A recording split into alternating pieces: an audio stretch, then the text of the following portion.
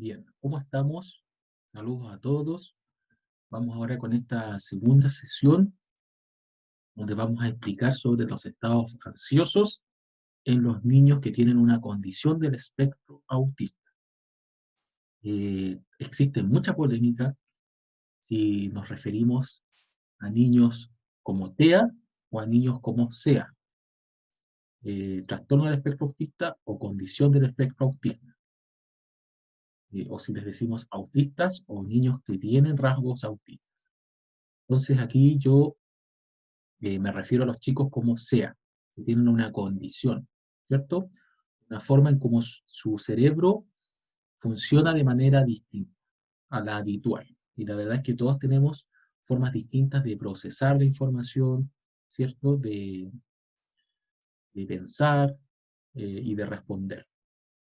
Ahora, es un trastorno del espectro autista cuando el niño está sufriendo, porque el entorno genera una barrera, porque el entorno no se adapta a las necesidades del niño. Entonces ahí hablamos de un trastorno, porque el niño se autoagrede, ¿cierto?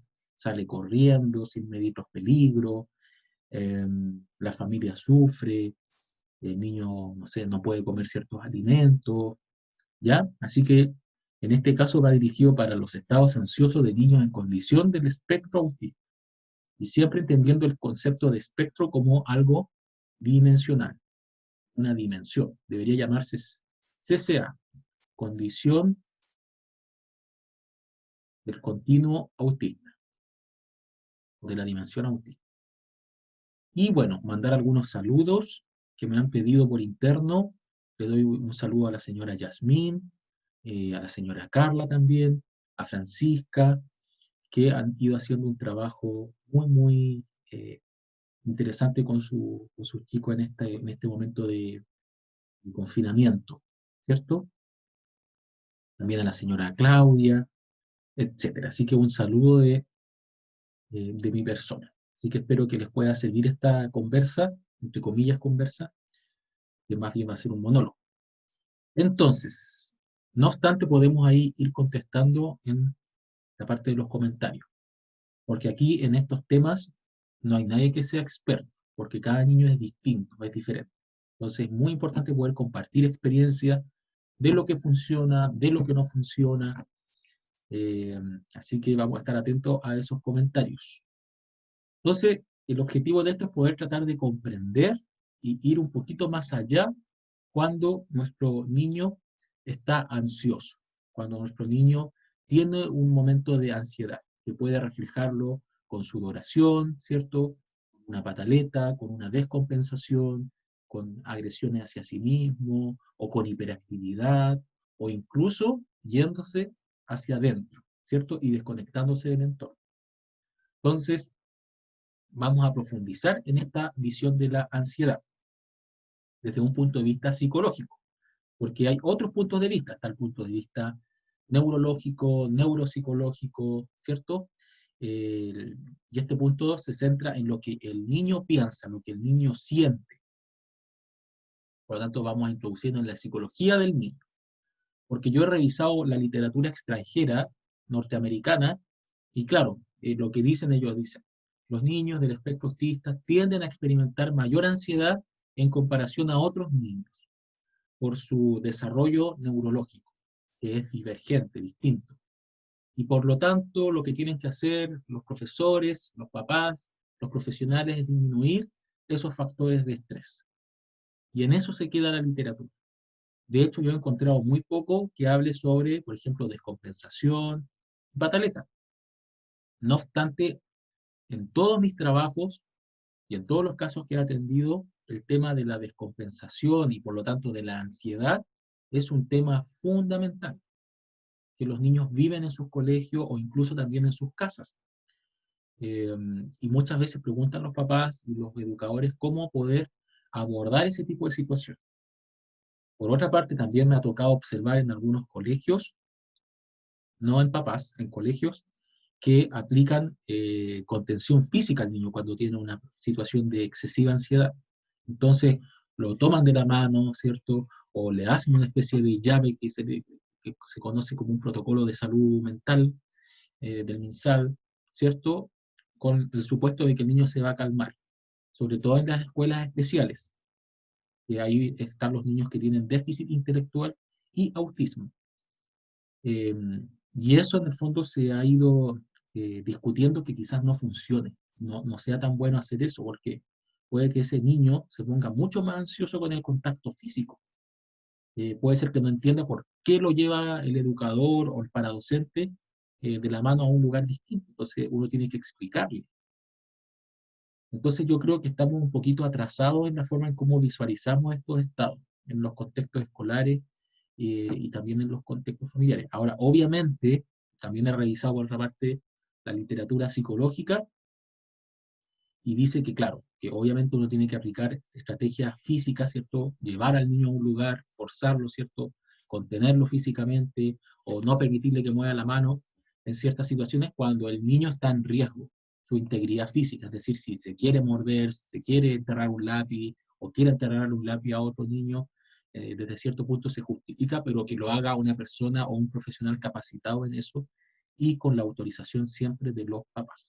Entonces, aquí voy con esta introducción, que hay mucha polémica sobre este tema. Por eso yo me voy a centrar netamente en lo psicológico, en este video, porque en otro, ¿se acuerdan que hablé del tema de la contención, también como una herramienta psicológica?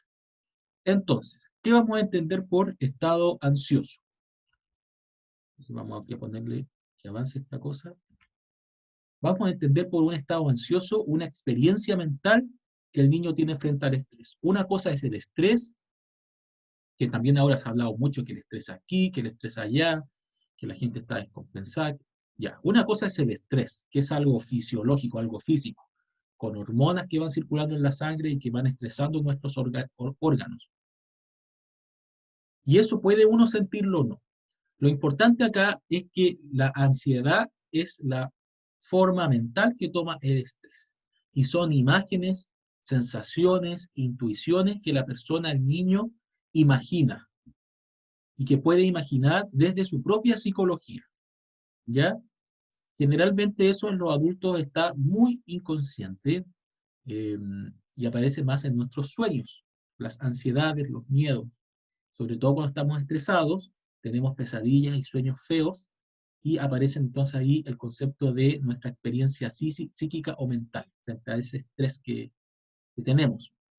Y en el caso de los niños, uno puede darse cuenta que cuando están estresados también tienen una ansiedad, ¿cierto? Una imagen mental, un miedo de lo que puede ocurrir y de lo que él debe hacer frente a esa situación. Y ahí es donde los psicólogos y donde uno le recomienda a la familia ir profundizando. ¿Qué es, en definitiva, lo que el niño teme que le pueda ocurrir cuando está estresado? ¿Qué es lo que el niño teme que le pueda ocurrir cuando algo no le resulta como él quiere? Y ahí uno entra entonces en el terreno de la psicología. Entonces hay muchos niños que, claro, tienen descompensaciones, tienen ansiedad elevada, y uno comienza a profundizar y, claro, ellos sienten, por ejemplo, en su fantasía, ¿cierto? En su imaginación, en su mente, que si algo les sale mal, la mamá los va a retar, o que la mamá le va a pegar, o que el papá los va a dejar de querer, o sienten que al haber hecho algo malo, ellos son malos. Y al ser ellos malos, se sienten que ellos no son la misma persona, entonces se sienten distintos, y eso les genera un terror y una ansiedad notable. En otros niños más chiquititos, ellos sienten que si algo no resulta como ellos quieren, o si ocurrió una situación nueva, o tienen que hacer un trabajo pedagógico y no les salió como ellos querían, entonces aparece una fantasía, una ansiedad de miedo de que puedan ser atacados físicamente o devorados por un monstruo. Entonces ahí uno se pregunta y la familia dice, pero ¿por qué él piensa eso? ¿Qué tiene esa mentalidad el niño? Y la verdad es que los niños desde chiquititos, todos los niños son bien fantasiosos, tienen su propia fantasía, ven televisión, cuentos, los cuentos están llenos de monstruos, monstruos feos también. Entonces, se genera como este mundo infantil propiamente tal, que luego cuando somos adultos lo olvidamos. Yo, por ejemplo, recuerdo que, bueno, y los niños van elaborando monstruos también personales y miedos personales. Entonces hay que tratar de comprender bien eso y para poder trabajarlo. Y si logramos trabajarlo, ese miedo o esa respuesta frente al estrés puede volverse más controlada. Yo, por ejemplo, recordaba cuando era pequeño una visión de monstruo que tenía en mi mente, era esta visión de la mamá de la sirenita, o la madrastra, ¿cierto? Esta señora que parece pulpo, ¿cierto? O que es un pulpo y que se amarrea a los niños. Entonces, cuando tenía alguna situación de estrés o pesadilla, aparecía como esta figura de monstruo. También el temor a las cosquillas. Entonces, uno de los grandes miedos es el tema de la cosquilla. Entonces, todos los niños tienen un imaginario de miedos frente al estrés y tenemos que ir profundizando ahí cómo ellos viven eso y de qué trata, ¿cierto? La trama o la narrativa de esta ansiedad. ¿Por qué? Porque ahí nos vamos a dar cuenta también de la urgencia de acción. ¿Qué es la urgencia de acción? Cuando uno se encuentra en un momento de ansiedad, hay una acción que el cuerpo y la mente quieren realizar, pero que uno no realiza porque no se puede, por distintos motivos. Y entonces aparece también ahí la ansiedad como un elemento o con esta sensación de que hay que hacer algo, pero no se puede en este momento. Yo siempre pongo ahí el ejemplo de la persona que trabaja mucho y que no logra terminar todas sus tareas en el día, se acuesta en la noche y siente ansiedad. Entonces, esa persona sabe que para disminuir esa ansiedad tiene que trabajar y terminar lo que no hizo en el día, pero sabe también que no lo puede hacer porque por su salud mental, ¿cierto? Por lo tanto, como no lo puede hacer, la ansiedad ahí se incrementa.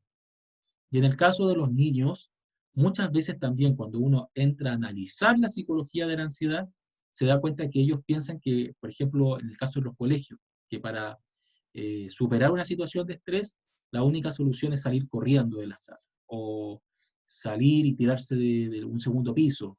Ellos saben que eso no lo tienen que hacer, que no se puede hacer y que atenta contra su vida. Pero está esa urgencia de acción, ¿cierto? Como una imaginación, como una idea. Y otros niños que uno también atiende, ellos piensan, por ejemplo, me acuerdo que un niño decía que estaba muy ansioso y para él la única solución era matar a todos los delincuentes y asesinos que estaban alrededor de su casa, que para él eran todas las personas externas a su familia, pero sabía que eso él no lo podía hacer y no lo iba a hacer. Y obviamente él le va comentando esto a uno porque uno va comprendiendo y va profundizando. Entonces eso le genera mayor ansiedad. Entonces tenemos que tratar nosotros como adultos de recordar nuestra infancia y empezar a profundizar cómo el niño en un periodo de estrés, de descompensación, de desorganización, vive esta ansiedad, qué imágenes aparecen, cuál es el miedo que está detrás y cuál es la urgencia de acción. Aquí algunos psicólogos piensan que la ansiedad es un estado que aparece frente al estrés y otros psicólogos piensan que es más bien un rasgo de personalidad y que hay personas más ansiosas que otras por temperamento y por personalidad. En el caso de los niños del espectro autista, nosotros decimos de que ellos tienen mayor susceptibilidad a experimentar ansiedad, muchos de los niños, porque hay otros chicos que son nervios de acero. Y a la vez que sus estados ansiosos son más intensos. Entonces aquí los dos factores se suman. Ya eso también tenerlo claro. Ahora, los niños están en desarrollo, como todos los niños. Por lo tanto, van construyendo su forma de afrontamiento o mecanismos de defensa frente a sus propios estados, que ellos a veces sienten que no pueden manejar, o estados de peligro, internos o externos. Entonces, esto se va construyendo el yo, ese es como el concepto psicológico, se va construyendo en la medida en que vamos creciendo y vamos aprendiendo de los demás y nutriéndonos de estrategias que son más viables que otras. Porque, por ejemplo, el niño que se lanza del segundo piso porque siente que así se va a liberar de su estrés frente a un fracaso escolar, ese niño no está aplicando, o sea, está aplicando un mecanismo de defensa también, que es la evitación, pero una evitación brutal, ¿cierto? Primitiva. Ese mecanismo es menos eficaz que un niño, por ejemplo, que se tira el pelo, o sea, que se está castigando a sí mismo para disminuir su ansiedad frente a ese fracaso. Y a su vez ese mecanismo es más primitivo que un niño que frente a esa situación dice, bueno, me salió mal, lo trataré de mejorar en mi casa. Entonces ahí utiliza la postergación, ¿cierto? Y lo racionaliza. Entonces aquí la idea es que nosotros vayamos observando cuál es el mecanismo de defensa que utiliza nuestro niño e ir enseñándoles formas más útiles para enfrentar esta ansiedad. y este estrés que provoca esa ansiedad. Están en desarrollo, y así que es normal que ellos utilicen distintos mecanismos. Ahora lo interesante aquí, voy a dar una pincelada sobre las distintas ansiedades que existen en el desarrollo de los niños, desde este punto de vista netamente psicológico. Entonces, los niños desde pequeños, una de las principales ansiedades que experimentan es la ansiedad de la aniquilación, que es la sensación de que van a morir, de que van a desaparecer, o que alguien los va a exterminar. Por lo tanto, cuando ya están en edad escolar o incluso en la adolescencia y experimentan estrés, aparece esta ansiedad de aniquilación. Y esa es una de las ansiedades más extremas, más intensas, ¿cierto? Porque el ser humano está diseñado para sobrevivir, para sobrellevar la situación. Entonces el miedo a la muerte es uno de los grandes miedos que tenemos todos, y en estos niños aparece más pronunciado. Otros niños tienen el miedo de la fragmentación o la despersonalización, que eso uno lo observa cuando uno siente que hay partes del cuerpo que uno no puede controlar, o que una persona lo controla a uno, o de que uno no es 100% dueño de su propio cuerpo. Por ejemplo, uno como adulto lo experimenta cuando está en el metro o en la micro y están todos acumulados, llenos, saturados, y uno de repente ve un brazo y no sabe si es el brazo de uno o de otra persona, y le da como una ansiedad. O cuando uno se ve al espejo y hay una ilusión, uno ve que se mueve el reflejo y uno como que se sorprende. Bueno, ese tipo de ansiedad también hay niños que lo experimentan en cualquier situación de estrés, aparece esto de base. Entonces aparecen después las crisis de pánico y otros fenómenos que son bien complejos. También es una ansiedad bien primitiva en el sentido de que aparece en los niños más pequeños. Después, en los niños de 3, 2 años, la ansiedad de separación, que es la más conocida, ¿cierto? Que esta sensación de que uno se separa de un ser querido y que lo abandona y que uno queda solo. Y por lo tanto es más emocional esta ansiedad. Luego está la de dependencia, que esta es una ansiedad también interesante, que tiene que ver con que el niño necesita sentirse independiente, pero a la vez dependiente de su figura materna o paterna. Entonces, cuando tiene una situación de frustración, de estrés escolar, el niño quiere sentirse autónomo, pero a la vez quiere controlar a su figura de apego materna o paterna, que puede ser un profesor también. Entonces ahí aparece otra ansiedad, ¿cierto? Que es como más de rabia, eh, por sentir en el fondo que no está siendo independiente. Luego aparece la ansiedad de castigo, que es el miedo a ser castigado, ya sea, o sea, principalmente por alguien externo, por una figura afectiva, de sentir que no se está haciendo algo correctamente, de que se equivocó. Entonces también vemos niños que tienen mucha ansiedad de obtener malas notas porque a la base piensan que puede haber un castigo. Pero esto en un nivel, como decía, muy infantil. Por eso uno ahí entra a psicologizar, entra a profundizar. Porque el niño sabe, y muchas familias dicen, tío, yo no lo castigo, no lo reto, nada, le digo a la otra. Pero el niño tiene esta ansiedad pegada, ¿cierto? Este miedo pegado. Y ahí es donde tenemos que, como decía, utilizar la psicología y entender que, ¿por qué aparece esa ansiedad? Porque es parte del desarrollo, ¿ya? Eh, y tenemos que entrar ahí a tratar eso y ayudar al niño que vaya avanzando de ansiedades de la 1, por ejemplo, a la 6, después a las más avanzadas, ¿ya? Entonces no tenemos que, el niño sabe que no lo van a castigar, o saben que la mamá va a estar ahí, o sabe que su cuerpo es tal, pero por una situación del desarrollo aparece esta ansiedad. Es lo mismo que las crisis de pánico que le ocurren a los adultos. Dice, pero ¿por qué te da esa crisis de pánico si tú sabes que estás vivo, sabes que no te va a dar un ataque al corazón, pero es que me da nomás la crisis? Entonces ahí hay una fijación a un tipo de miedo y uno entra a profundizar con el paciente por qué está ese miedo, qué es lo que está ocurriendo y uno se da cuenta y se logra tratar. ¿Ya? Luego, bueno, están las que son más avanzadas, que son las que experimentamos los adultos, el miedo a la culpa. O sea, muchas veces uno se exige mucho en el trabajo, en la casa, en la vida cotidiana, para cumplirse a sí mismo y no perder el amor propio. Y uno de repente si se autoanaliza y dice, chuta, pero en verdad si esto no lo logro completar o no lo hago bien, no voy a perder el amor mío, voy a seguir queriendo. Entonces ahí uno hace un autoanálisis y va superando esa ansiedad, porque aparece, como decía, de forma automática.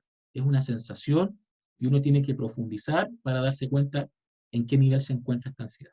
Y bueno, la última es la de pérdida del amor, ¿cierto? De un ser querido, que es parecida a la de separación, pero más desarrollada, de perder el amor o la aprobación de un ser querido. Entonces, en los niños que están con una condición del espectro autista, lo que yo observo es que la mayoría de los niños tienen, cuando tienen su situación de ansiedad, de estrés, cuando se le cambia una rutina, cuando les va mal en una prueba, cuando fracasan, cuando los reta un papá, los reta una mamá, eh, experimentan una ansiedad muy intensa. Y cuando uno profundiza, se da cuenta que la ansiedad de base se asocia a estos miedos e imágenes de aniquilación, de sentirse de que ellos van a desaparecer, de que el entorno los va a dañar, a pesar de que ellos eh, estén conscientes que eso no va a ocurrir y que uno le explica una, dos, tres veces, pero eso es lo que está ahí de base, ¿cierto? Entonces, lo que hay que ir haciendo es ir ayudando en su desarrollo, porque esto no es que sea exclusivo de ellos, eso, todos pasamos por esa etapa, en la primera infancia, pero ellos se quedaron ahí con esto de base, entonces tenemos que ayudarlos a avanzar. Entonces uno va viendo cuando los niños van trabajando con sus familias, las intervenciones, que van pasando luego a otros miedos los niños, y aparece el miedo a la separación, otros niños después al castigo. Eh, entonces tenemos que ayudarlos a avanzar, ¿cierto? En sus ansiedades, para que puedan llegar al nivel más evolucionado, ¿cierto? Que es la pérdida del amor o de la culpa y la autoestima. Entonces, uno ve que la mayoría, como decía, los niños están con esta ansiedad. Entonces, cuando uno los observa y los ve, tenemos que abordar eso y ayudar a seguir avanzando en su desarrollo. ¿Por qué? Y aquí viene como la parte que nadie quiere decir. Porque si el niño, digamos, hay dos causas. Una es porque esta ansiedad es más intensa que esta de abajo. O sea, el nivel de sensación es mucho más intenso y genera terror. Aquí lo de abajo genera miedo, ¿cierto? Aquí genera terror, ¿cierto? Genera sensaciones que son muy difíciles de sobrellevar. Y esa es una causa, porque hay que modificar eso. Y por otra parte, porque el niño, si se queda con esta ansiedad toda su niñez, va a quedar con una ansiedad más elevada, de base. Se llama la ansiedad de base o la ansiedad típica o el estrés típico. Entonces, la adolescencia siempre va a implicar un monto de estrés extra, porque es la adolescencia, ¿cierto? Donde uno tiene que asumir nuevos desafíos, crecer, definirse como persona, establecer nuevas relaciones, ya deja de ser niño. Entonces, la ansiedad implica. Entonces, si el niño está acá y le llega la ansiedad, ¿cierto? Aumenta la ansiedad y el estrés excesivamente. Y eso para el desarrollo adolescente es desastroso, es muy, muy peligroso. Entonces, la mayoría de los niños ingresan con este nivel de ansiedad. Vamos a ponerle la ansiedad típica. Y la ansiedad quedan acá. Pero si tenemos un niño que ingresa a la adolescencia con esta ansiedad, más el estrés de la adolescencia, fija, entonces tenemos que ayudar a que los niños vayan avanzando para que en la adolescencia puedan tener un buen proceso de manejo de la ansiedad, técnicas de control de la ansiedad, y que estos miedos en el fondo se vayan disipando. Entonces ahí la invitación es hacer un análisis y ver en qué tipo de ansiedad se encuentra su niño. Y si no saben, entonces hay que ir profundizando. Ir diciéndole, cuando tú estás estresado, ¿qué es lo que te pasa? ¿Qué es lo que piensas que te puede suceder? ¿A qué le tienes miedo? O de repente escuchar los sueños que ellos tienen, ¿cierto? Observar los juegos que puedan tener de repente cuando están con los juegos de internet, ¿cierto? Las cosas que les generan miedo, ¿qué es lo que piensa que le puede suceder? Entonces hay un niño que puede decir, no, es que me da miedo que a ti te pase algo. Mientras otro que diga, no, es que me da miedo a mí y a todos que nos pase algo y desaparecer. O me da miedo dejar de ser yo mismo, o de cambiar también, que también uno lo ve como algo típico, que le tiene miedo al cambio, ¿cierto? Entonces aquí tenemos, bueno, las descompensaciones, ¿cierto? Que eso lo abordamos en otro video. La descompensación propiamente tal, ¿cierto? Como yo decía, una sensación intensa, de extrema ansiedad, y la pataleta. Y ahí uno puede ver en nuestros niños que una descompensación puede tener distintas causas como ansiedad de base y una pataleta puede tener también diferentes ansiedades de base. Entonces, sea pataleta o sea descompensación, tenemos que ver y profundizar. Y esto es la psicología, ¿cierto?, de la ansiedad. para, en el fondo, ayudar al niño a mejorar su autorregulación. Y vamos con la última. Bueno, el niño de la condición del espectro autista, por su estructura cerebral, por su desarrollo, hay muchos videos en YouTube que explican eso, también pueden revisarlo, por su forma de percibir las sensaciones, experimenta mayor estrés y sus ansiedades se asocian en general con sensaciones de terror o despersonalización. Por lo tanto, vamos a tener toda la niñez para poder ir trabajando esa ansiedad para que el niño vaya evolucionando psíquicamente, pueda ir experimentando otro tipo de ansiedad, que la ansiedad siempre se va a experimentar algún tipo de ansiedad en la vida, ¿cierto? Yo siempre le digo a los chicos que son más grandes, a los adolescentes y a los adultos, que el mundo está plagado de ansiedad, está plagado de miedo, porque todo es inevitable. Imagínense lo que está pasando ahora. El mundo es un lugar, entre comillas, peligroso, pero nosotros aprendemos a adaptarnos a él y en el fondo logramos lidiar bien con esas ansiedades. Entonces siempre va a haber algún monto y grado de ansiedad y de miedo a algo. El tema es poder ir evolucionando y madurando en eso. Ahora, la mayoría, como decía, los niños experimentan este terror en sus descompensaciones o pataletas, y por eso a veces la pataleta pasa a la descompensación, y utilizan el mecanismo de la caparazón. No sé si lo han observado en sus niños, que es un mecanismo de defensa típico en los chicos de la condición del espectro autista, que es como que se desconectan y aíslan del mundo para poder encontrar su propia regulación personal. Entonces, antiguamente uno veía que cuando el niño se apartaba, no miraba, no contestaba las expresiones verbales, los educadores o los mismos psicólogos profesionales al niño lo ponían ahí de frente y mírame, o oye, reacciona, o le ponían imágenes y lo obligaban a verlo para que no se desconectara. Pero ahora se sabe que este es un mecanismo de defensa primitivo, ¿cierto? Infantil, pero que al niño le da efecto. Entonces, también ahí una técnica es que en ese estado hay que dejar que el niño pueda estar desconectado. En eso, cuando después de una, o in situ, o después de una descompensación, y no ir en contra de ese mecanismo de defensa. Luego, cuando vaya avanzando en su trabajo psicológico, uno va a poder ir dándose cuenta que el niño utiliza otros mecanismos de defensa que son más maduros para la edad que el niño tiene. Que este mecanismo, como decía, de la caparazón, que es bastante eficaz, es bastante eficaz. ¿A quién no le darían ganas de, en su trabajo o en el colegio, ¿cierto? O en su familia, cuando algo le desagrada, hacer como que la persona no existe, ¿cierto? No escuchar, no contestar, y hacer que el problema no está. Entonces es un mecanismo bien efectivo, pero también tiene consecuencias, ¿cierto? Porque nos aísla en cierta forma de la realidad. Y nuestra naturaleza humana es entender y enfrentar la realidad.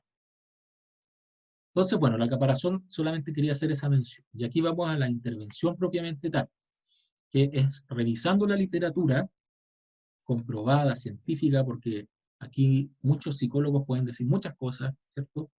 No sé, vamos a hacer una terapia de juego, vamos a hacer una terapia de dibujo, vamos a tomar tales hierbitas, ya. Pero aquí vamos a referirnos a lo que dice la ciencia, y que uno revisa la literatura y lo repiten como disco rayado.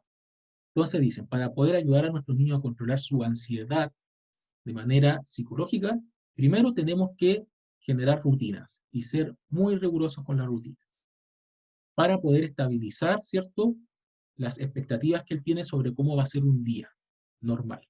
Entonces las rutinas generalmente se hacen paneles donde o cartulinas o tarjetas que al niño se le van presentando. Usted puede buscar en YouTube cómo generar rutinas, rutinarios, eh, y la verdad es que los papás cuando lo utilizan día a día rigurosamente, funciona. Muchos papás han fracasado en lograr rutinas en el tiempo de pandemia, porque ellos no tienen la rutina. Entonces aquí implica un cambio familiar potente de poder todos sumarse a una rutina, sin tampoco estresarse con eso, ¿cierto? Porque hay gente que se estresa con la rutina, pero al niño le haría en general bien. A todos los niños tener una rutina y uno en la mañana leerle y decir lo que va a ir pasando y también señalarle los factores sorpresas que van a existir en el día. Entonces eso nos permite primero estabilizar su nivel de estrés y por lo tanto disminuir los episodios de ansiedad.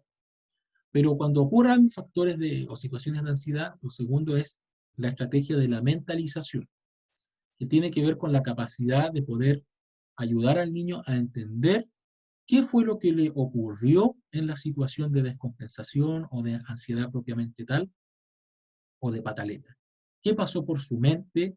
E irle preguntando qué crees que pasó en la mente de la otra persona, cómo crees que esa persona te vio, cuál fue la emoción. Eh, y aquí se utilizan distintas técnicas, el cómics, que el niño vea la situación como una película, pero en tercera persona y no en primera persona, pero siempre describiendo los estados mentales. Y aquí muchos niños no saben sus estados mentales. Por lo tanto, hay que hacer un trabajo previo que se llama de alfabetización emocional, enseñarles las distintas emociones que existen, los distintos estados, y existen muchos. Nos quedamos con la idea de que existen 5 emociones, y la verdad es que existen muchas, muchas, muchas emociones y estados mentales. Existen los celos, el orgullo, ¿cierto? El dolor, mucho, mucho, mucho. Así que ahí también tener mucho, mucho ojo con esa situación. Vamos aquí ya, vamos a continuar grabando. Tuve que interrumpir porque estoy con una situación de emergencia familiar. Pero bueno, son las cosas que pasan en este periodo. Nos quedan unos minutitos. Eh, Espero que se vaya entendiendo, que no vaya siendo latero. Entonces, finalmente nos queda la estrategia de la mentalización, ¿cierto? Como estrategia fundamental y tiene que ver con eso, con repasar los estados. Y eso es una habilidad que se ejercita diariamente. Muchas veces los papás me dicen, pero ¿para qué voy a hacer eso? ¿Para qué sirve? Si él sabe hacer eso. Pero la verdad es que ayuda mucho y a todos nos haría bien mentalizar constantemente. ¿Qué le está pasando al otro? ¿Por qué está sintiendo eso? ¿Qué causas hicieron que el otro se comportara así? Pueden ser causas internas, externas. Así que es muy, muy bueno y está demostrado que ayuda a los niños a desarrollar sus capacidades.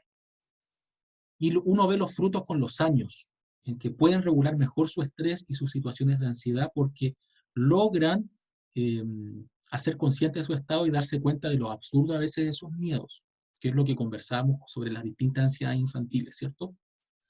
Y la tercera gran estrategia que existe es la estrategia de la autorregulación, que es una estrategia más conductista en donde uno le dice al niño, bien, cuando te ocurra una situación de estrés, de ansiedad, vas a seguir estos pasos. Entonces uno en la casa determina un lugar de estrés donde el niño se va cuando está estresado y un lugar de relajación, que es cuando el niño se siente capacitado de ir y relajarse. Entonces uno determina, hay casas pequeñitas, pero uno puede poner unos cojines y que esa sea la zona de relajación, la zona de estrés. También se construyen botiquines. Esta es una idea que me compartió una colega, que es botiquines de primeros auxilios psicológicos. Es decir, cuando el niño está en situación de estrés y ansiedad, poder él recurrir a ese botiquín. Y ahí puede haber, no sé, una galleta rica, un juguete que lo tranquiliza, una textura, y el niño entonces abre ese botiquín y se logra el mismo regular y autorregular. Entonces uno hace que siga un circuito. Luego de la situación, que pueda acercarse a los papás y explicarle qué pasó. Luego poder quizás hacer un dibujo sobre la situación o en su tablero de rutina poner ahí, estaba yo en esta rutina, lavarme los dientes o en esta acostarme y me descontrolé. Entonces agrega la tarjetita de descontrol y la pega ahí al finalizar su día. Entonces son 3 grandes estrategias, ¿cierto? La autorregulación con un plan de crisis, con un botiquín donde uno le enseña al niño pasos a seguir cuando se desorganiza, con una zona segura, la mentalización, que es este diálogo que se da entre los seres humanos y donde uno va reforzando, sobre todo en los estados, como decía yo, de ansiedad. Decirle, ya vamos a conversar, qué es lo que te pasó, qué pasó por tu mente, qué crees que me pasó a mí, cómo crees que yo me sentí cuando te vi en ese estado. Algunos psicólogos americanos también recomiendan a los papás hacer grabaciones de alguna situación de ansiedad del niño. No necesariamente una descompensación. Obviamente que los papás lo hagan. Y luego lo revisan con el niño. Dicen, mira, ¿te das cuenta acá cómo estabas? Entonces el niño puede ver en perspectiva el hecho y analizar mejor los estados. Porque recordemos que estos estados de ansiedad son estados de descontrol, ¿cierto? Con miedos que son irracionales y que por más que uno le explique al niño, no tengas miedo a esto, él va a seguir experimentando. Pero si ayudamos a que vaya evolucionando y madurando con estas estrategias, va a poder ir superando esa etapa de ansiedad, ¿cierto? Primitiva, y pasar a ansiedades un poco más maduras. Y finalmente la estrategia de las rutinas, que yo les decía que es como la estrategia más demostrada, que es grito y plata, pero que a veces nos cuesta como familia llevarla a cabo. A todos nos cuesta tener a veces una rutina. Queremos ser como libres. Pero para lograr objetivos necesitamos generarnos rutinas, planificarnos, ordenarnos. Y los chicos del espectro autista lo necesitan más aún. ¿Ya? Así que también esa es como la gran estrategia. Todas esas estrategias nos van a ayudar, como les decía yo, a disminuir los niveles de estrés y por lo tanto disminuir la ansiedad y hacer que la ansiedad sea más manejable por el niño, que le permita posteriormente compartir con los adultos esos miedos más profundos o con un psicólogo y por lo tanto después ir superando, ir quemando esa etapa y ir avanzando en las distintas ansiedades que se van experimentando a lo largo de la vida y por lo tanto enfrentarse a una adolescencia de forma menos riesgosa, como hablábamos anteriormente. Así que eso. Bueno, y luego cuando son adolescentes uno les enseña técnicas para controlar la ansiedad, las técnicas básicas, ¿cierto? Hacer deporte, comer algo rico, hablar con amigos, hablar con la familia, contar hasta 100, técnicas ya más cognitivas, conductuales, pero en esta de la infancia y la edad escolar yo recomiendo estas grandes estrategias. Ya, así que quedo atento a los comentarios, a lo que les ha funcionado, lo que no les funciona, a otras estrategias que pueden funcionar, porque como decía aquí, no hay expertos, sino que hay experiencias, y experiencias valiosas. Así que un saludo y nos estaríamos viendo prontamente.